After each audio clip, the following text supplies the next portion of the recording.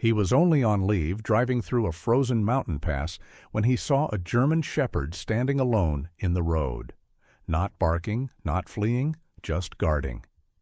Behind her, half buried in snow, lay a young woman clutching a newborn, breath fading by the second. No phone, no help, only the dog refusing to abandon her post. The man who stopped was a Navy SEAL. And that night, loyalty chose him. If this story moves you, tell us where you're watching from, and subscribe for more stories of courage and hope. Winter had locked Frost Haven, Montana, inside a white silence. The mountain town, usually a quiet grid of timber houses, a single gas station, and a diner glowing like a coal at dusk, had nearly vanished beneath weeks of relentless snowfall. Pine-laced ridges hemmed the highway, and the wind combed the drifts into ridgelines that swallowed sound. On nights like this, the road belonged to no one for long. Tires hissed over ice. Breath turned brittle. Even the town's lights seemed to dim in deference to the storm. Rowan Hale drove alone through that hush, the dashboard clock blinking past midnight. At 28, he wore the kind of handsomeness that didn't ask for attention. Clean lines to his face, a calm symmetry softened by youth. His dark hair was cropped short in the practical habit of service, and his blue-gray eyes stayed alert without strain. A faint stiffness set his shoulders, the residue of a healed injury and a life spent moving through danger. He was on leave now, officially, his first real pause after a mission that had ended with too many unanswered questions. Frost Haven was home, or close enough to it. The place that still knew his name without needing an explanation. Snow thickened as the road climbed. Rowan slowed, instinct narrowing his focus. Then the headlights cut a shape out of the white. Something tall and still, standing squarely in the lane. He eased to a stop, pulse sharpening. The shape resolved into a dog. A German shepherd stood braced against the wind, broad chest forward, legs planted as if rooted to the asphalt. Frost clung to his sable coat in feathery plaits. His frame was lean to the point of gauntness, ribs hinted beneath fur, dulled by hunger. One ear cocked forward, the other twitched at the gusts. He didn't charge. He didn't retreat. He simply held the road. Rowan opened the door slowly, letting the cold bite. "Easy," he said, voice low. The dog's amber eyes tracked him with a steady, measuring intelligence. No collar, no tags. The animal's posture was protective without being aggressive, a sentinel guarding something unseen. Rowan followed the line of the dog's body and found her. A young woman lay half buried in the drift at the shoulder, dark hair plastered to her cheeks with ice. She couldn't have been more than mid-20s. Tall, slender to fragility now, skin drained of warmth. In her arms, wrapped in a thin blanket soaked through with snowmelt, was a baby. The child's face was small and pale, lashes rimed with frost, lips tinged blue. A shallow breath fluttered, then another. Rowan moved at once. Training snapped into place, precise and mercilessly calm. He shrugged out of his coat, shielding the baby first, checking the tiny chest, the pulse at the soft hollow of the neck. "You're cold," he murmured, not to reassure, just to focus.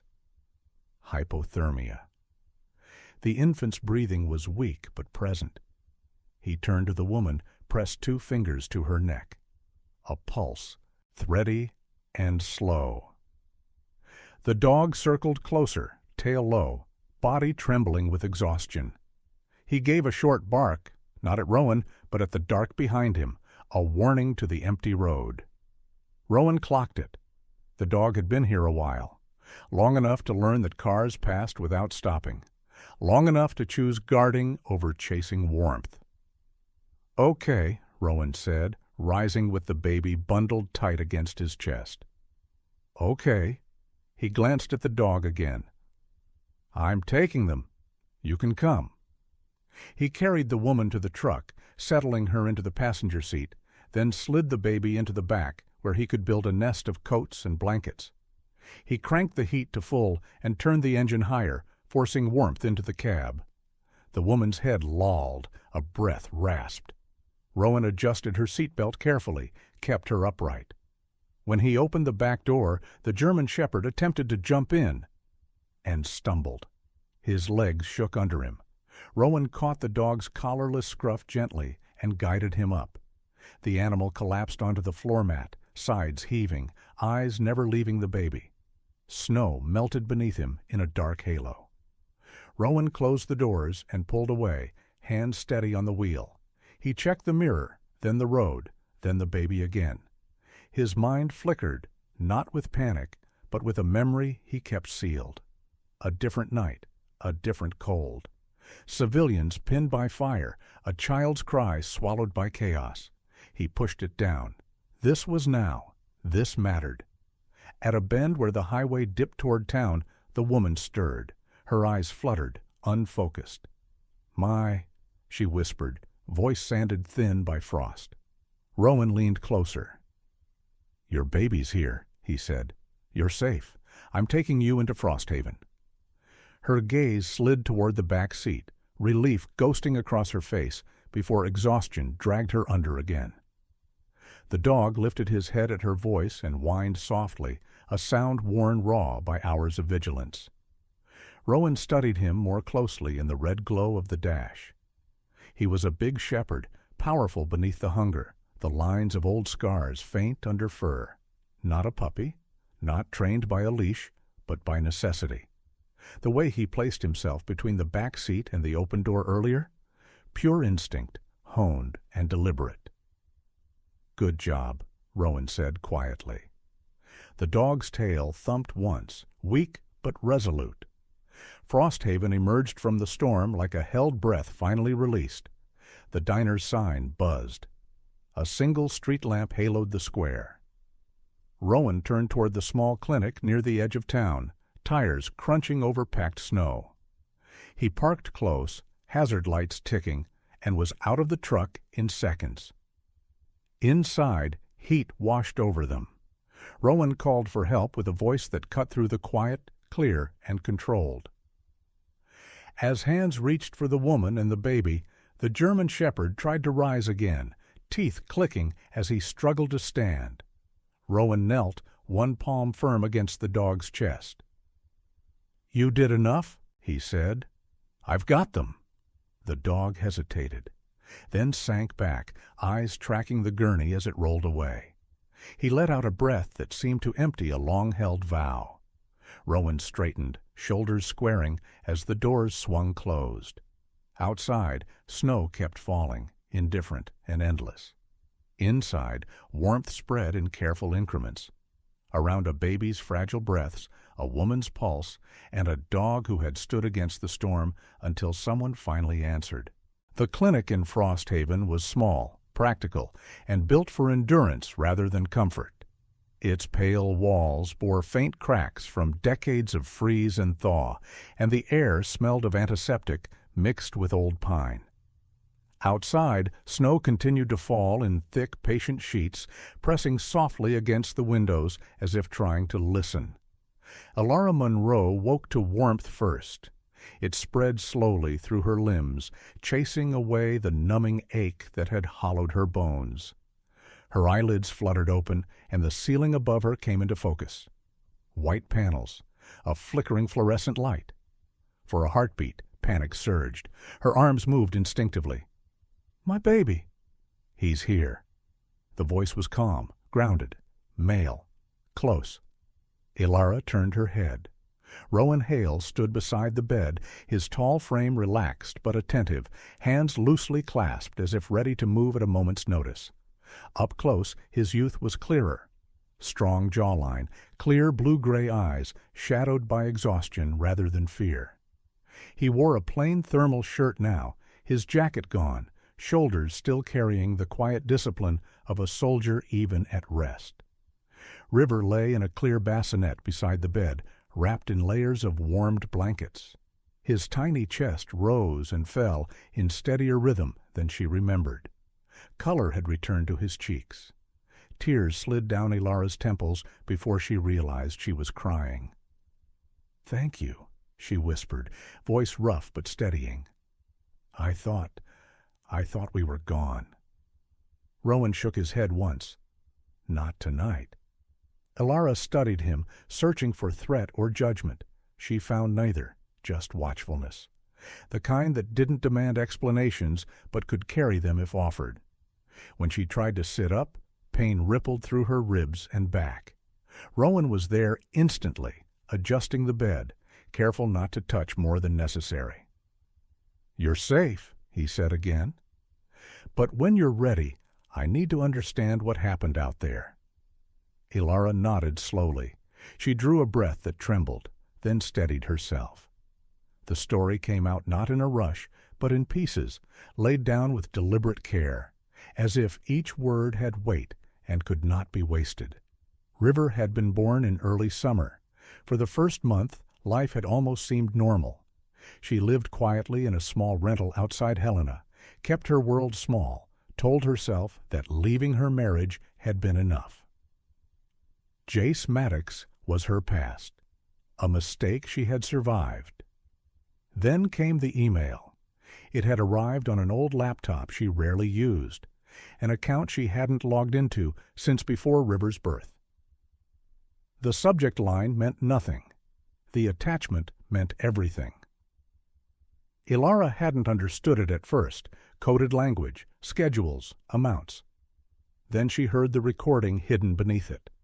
Jace's voice, calm and transactional, discussing deliveries and healthy stock. Babies? Her stomach had dropped as if the floor had vanished beneath her. She didn't confront him. She didn't scream. She learned to be quiet. Over the next weeks, she found more.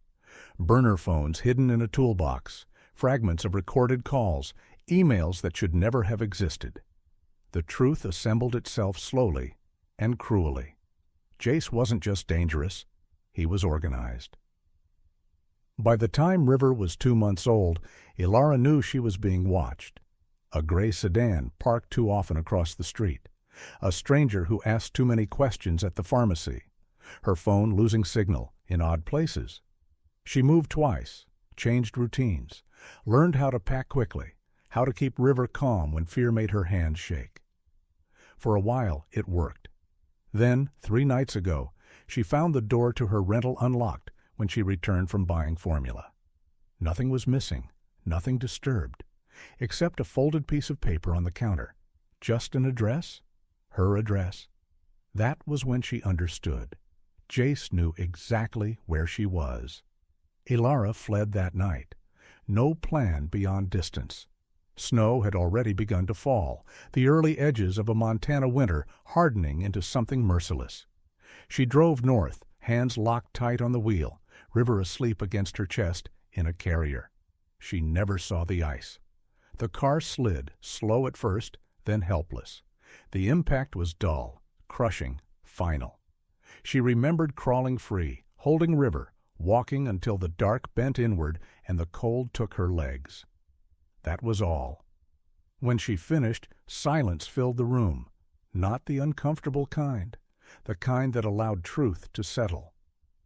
Rowan exhaled slowly. His expression hadn't changed, but something colder had sharpened behind his eyes. This wasn't desperation. This was structure, a pattern. "This wasn't random," he said. "You did the right thing." Ilara gave a tired smile. It didn't feel brave. It rarely does. Across the hall, a low bark echoed once, then quieted. Rowan stepped out briefly and returned with a woman in her late 40s, sturdy and sharp-eyed, wearing a worn flannel jacket over scrubs. Her hair was pulled back in a practical knot, gray threaded through brown. "This is Dr. Marlene Shue," Rowan said. "She's our vet. She insisted on checking your friend." Marlene smiled faintly. "He insisted on letting me," she corrected, which says a lot. Aspen lay on a padded mat near the heater, a thin IV line taped carefully to his foreleg. His amber eyes opened at the sound of Rowan's voice, tail giving a faint thump against the floor. Up close, the damage was clearer. Old scars beneath his coat, ribs too visible, a healing welt along his flank. "Malnourished," Marlene said gently. "Signs of past abuse, but that dog has a will like iron. He chose to guard you." Ilara swallowed hard. "He saved us." "He did?" Rowan agreed. Later, as night settled deeper over Frosthaven, Rowan stepped outside the clinic. Snow crunched beneath his boots. A man waited near a patrol truck, collar turned up against the cold. Sheriff Collins was in his early 50s, broad-shouldered, face weathered by years of mountain winters. His eyes were steady, assessing, the kind that missed very little. "We've had odd radio chatter the last 2 weeks," Collins said without preamble. "Short bursts, encrypted, not local." Rowan nodded once. "I thought as much." "This woman's story doesn't sit like a domestic case," Collins continued. "Feels bigger." Rowan looked back toward the clinic windows, where warm light held the fragile outline of a mother and child. "Yeah," he said quietly. "It is?" Snow kept falling. Somewhere in the dark, a storm was still moving. Snow softened the edges of Frosthaven, turning the town into a sketch drawn in charcoal and erased by white. The morning light came thin and pale, slipping between clouds that hung low over the pines. The roads were quiet, but not empty. Engines passed more often than they should have for a place this small, and every time one did, Aspen lifted his head. The German shepherd lay near the clinic's front window, bandaged foreleg tucked close, amber eyes tracking movement beyond the glass. He was still weak, ribs faintly visible beneath his thick coat, yet the moment a truck rolled past slower than necessary, his body stiffened. A low sound gathered in his chest, not a bark, not a growl, but a warning shaped by instinct. He did it again when a second vehicle followed within minutes, tires crunching over packed snow. Rowan noticed. He always did. He stood a few steps back, arms folded loosely, posture relaxed, but alert. The clinic's warmth did little to ease the cold edge he felt settling into his thoughts. Aspen's reactions weren't fear. They were recognition. "Easy," Rowan murmured. The dog didn't look away from the window. Sheriff Collins arrived shortly after, stamping snow from his boots as he entered. He was bundled in a heavy parka now, the kind worn by men who expected to be outside longer than planned. His broad frame filled the doorway, face set in a thoughtful line that deepened the creases at the corners of his eyes. "Your friend's got opinions," Collins said quietly, nodding toward Aspen. "He's noticing patterns," Rowan replied. "Same as we are." Collins grunted, conceding the point. He lowered his voice. "2 pickups passed the North Road since dawn. Out-of-county plates. Didn't stop for fuel. Didn't ask questions. Just looked." That was enough. They left the clinic an hour later, Rowan riding with Collins in the patrol truck, the heater humming against the cold. Frosthaven thinned quickly as they headed toward the forest, buildings giving way to trees heavy with snow. The sky pressed down, a lid of gray. The trail they followed wasn't marked on tourist maps. It cut shallow through the woods, a maintenance road used years ago for logging and then forgotten. The truck couldn't go farther, so they continued on foot, boots breaking the crusted snow with careful steps. The forest swallowed sound. Pines rose like dark sentinels, branches creaking faintly under their load. Rowan moved easily, scanning, counting distances, reading signs others might miss. A scuffed patch where snow had been disturbed and hastily covered again. A drag mark, shallow but deliberate. They found the structure half buried against a slope, a low shed of weathered timber, roof sagging, door hanging slightly ajar. It looked abandoned in the way something left in a hurry always does. Inside, the air smelled of cold metal and old fuel. A folding table stood against the far wall. On it sat a compact satellite unit, its Casing scratched but intact, a faint indicator light blinking to life when Collins brushed it with his glove. 2 burner phones lay beside it, batteries warm to the touch. "Recent," Collins said under his breath. Rowan crouched, examining footprints pressed into the packed earth. Different sizes, different weights, not locals. He straightened slowly. "This isn't a hideout," he said. "It's a relay. Pass through. Signal out." Collins's jaw tightened. "That means they're close enough to check in." They photographed everything, careful not to disturb more than necessary. When they stepped back into the forest, the wind had shifted, carrying with it a faint distant sound. Metal on metal, then nothing. Rowan paused, listening. Back at the clinic, Ilara sat propped against pillows, River sleeping against her chest. Color had returned to her face, though shadows still lived beneath her eyes. She looked up when Rowan entered, relief flickering, then fading as she read his expression. "Something's wrong," she said softly. Before he could answer, a sound cut through the quiet. A short, sharp whistle from outside. 3 notes. Paused. Then repeated. Ilara went rigid. Her hand tightened around River, breath catching as if the air had suddenly thinned. "That," she whispered. "That's him." Rowan crossed the room in 2 strides, drawing the curtain just enough to see the street beyond. No one stood there now. Snow drifted lazily. The sound had come and gone like a test. "He used it so I'd know," Ilara said, voice trembling but clear. "Not loud, not enough to draw attention, just enough to let me hear." Aspen rose with effort, hackles lifting, a deep growl vibrating through his chest. Rowan placed a steady hand on the dog's shoulder, grounding both of them. "It means he's near," Rowan said. "Not inside, not yet." Ilara nodded, fear sharpening into something else. Resolve, edged by exhaustion. He wouldn't risk that sound unless he was sure. That certainty settled heavy in the room. Outside, Collins spoke quietly into his radio, stepping aside. His tone was measured, professional, but Rowan caught the shift. The way his shoulders squared, the way his gaze kept returning to the tree line. "We've got indicators of organized activity," Collins said. "Satellite relay, burner devices, possible interstate involvement." He paused, listening. "Understood." He ended the call and turned back. "I've reached out to federal contacts," he said. "No names yet, but this just moved out of county." Rowan absorbed that without comment. His eyes had drifted to Aspen, who now leaned against his leg, solid and warm.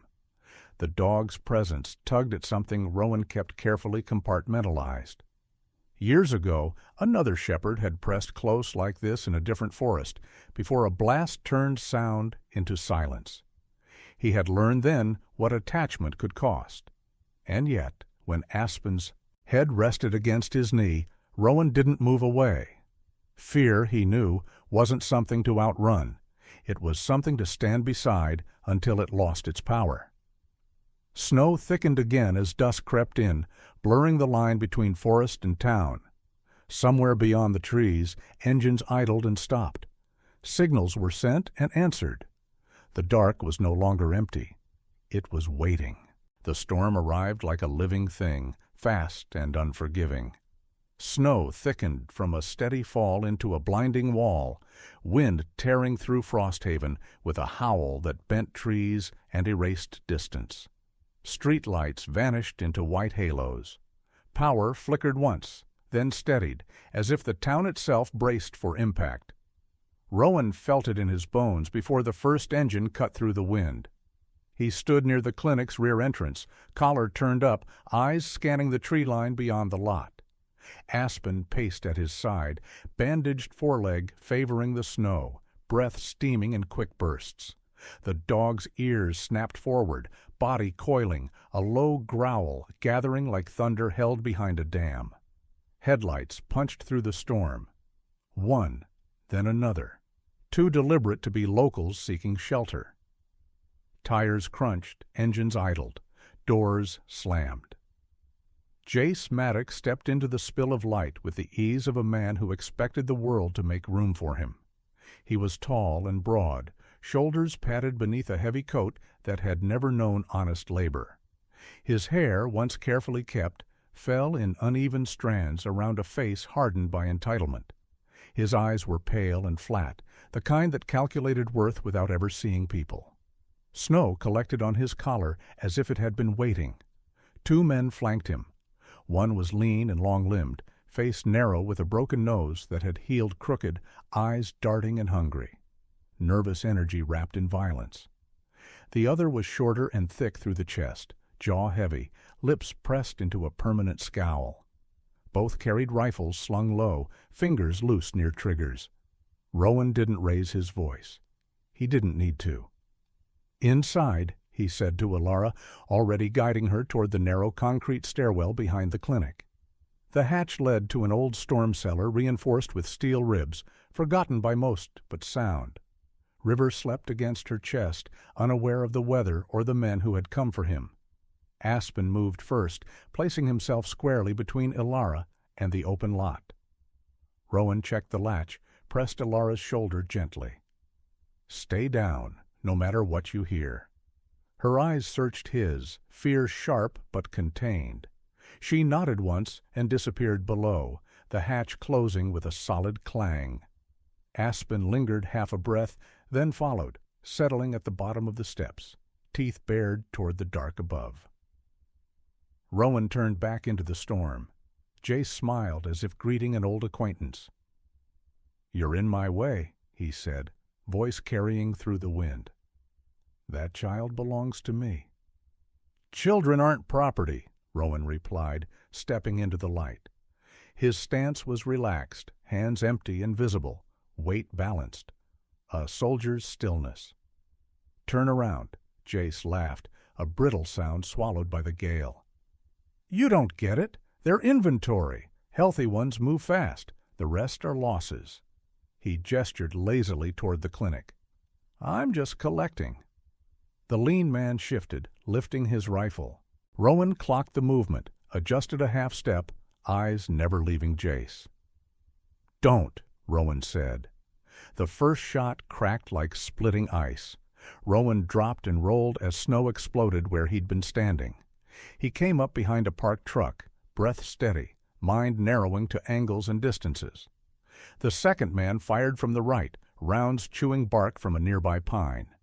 Rowan returned fire in controlled bursts, forcing them to reposition without chasing. He moved when they reloaded, never staying still long enough to be bracketed. The storm howled louder, visibility collapsing into shapes and sound. Jace shouted orders, frustration bleeding through his confidence. "Flank him!" Aspen burst from the stairwell with a snarl that cut through the wind. He lunged at the lean man as he broke left, jaws clamping onto a forearm mid-swing. The rifle skidded away, lost in the snow. A gunshot followed, too close.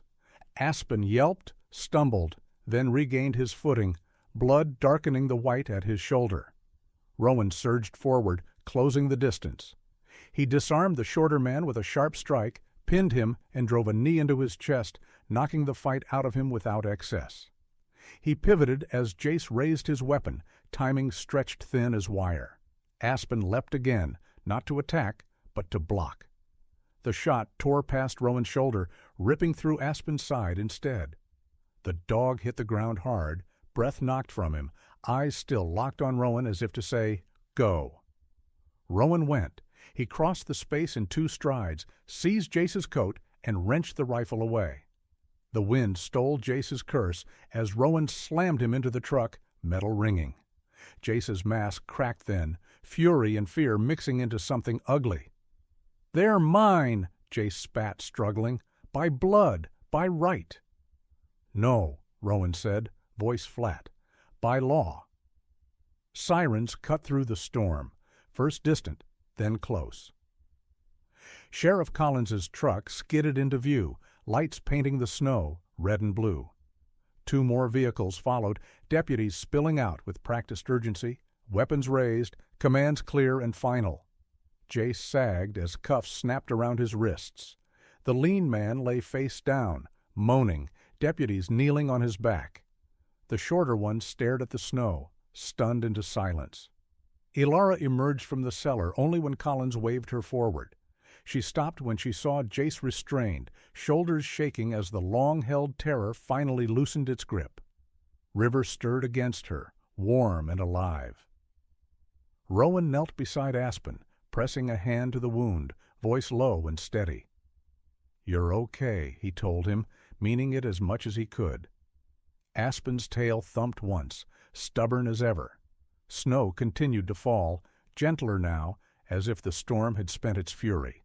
Morning arrived quietly in Frosthaven, the kind that slipped in without ceremony. Snow still blanketed the roofs and trees, but the air had softened. The wind no longer clawed. It simply moved, carrying the promise of change. Weeks passed in steady increments, measured not by storms, but by process. The town returned to its rhythms. Plows at dawn, coffee steaming at the diner, boots knocking snow from thresholds. And beyond the mountains, a larger machinery turned, deliberate and exacting.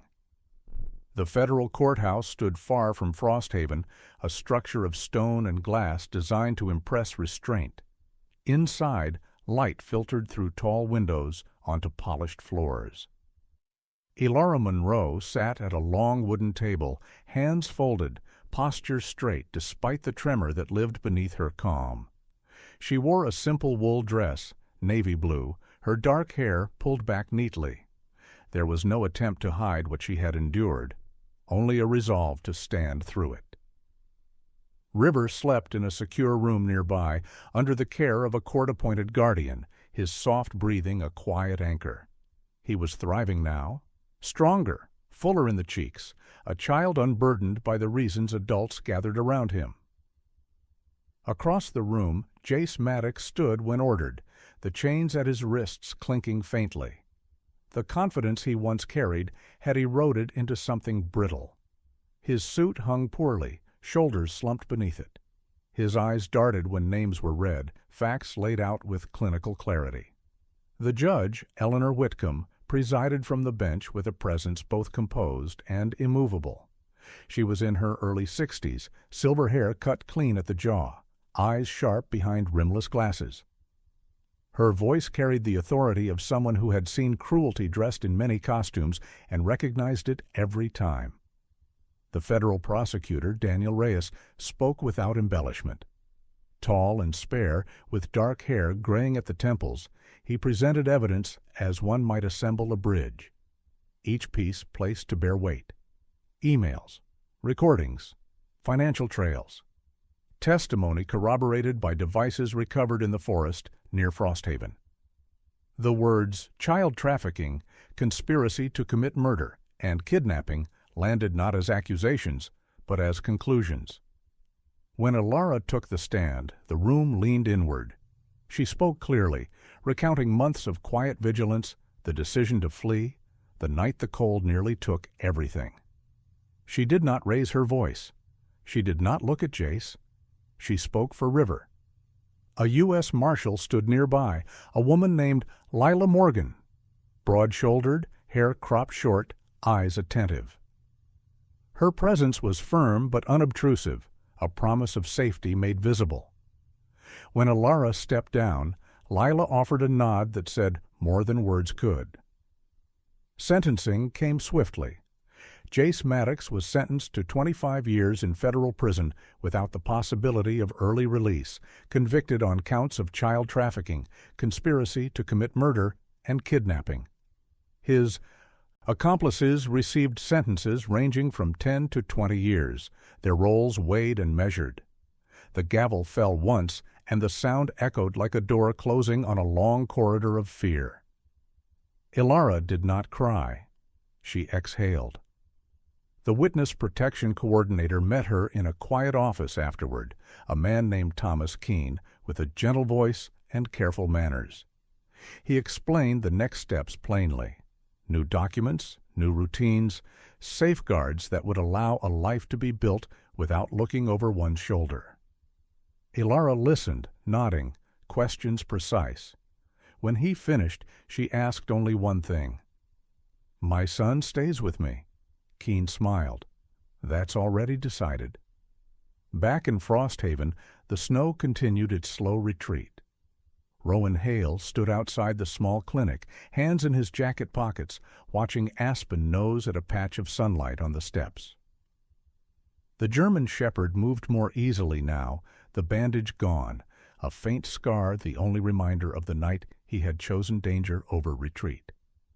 Rowan had signed the papers earlier that morning. The adoption form lay folded in his pocket, ink still fresh. Aspen pressed his head against Rowan's leg, solid and warm, tail wagging with the confidence earned. "You sure?" Sheriff Collins asked, joining him. The older man looked rested for the first time in weeks, his weathered face softened by relief. Rowan nodded. "He's home." Collins smiled, brief and genuine. "Good choice." Ilara arrived shortly after, River bundled against her chest in a knit cap, too big for his head. She looked different, not transformed, but steadied.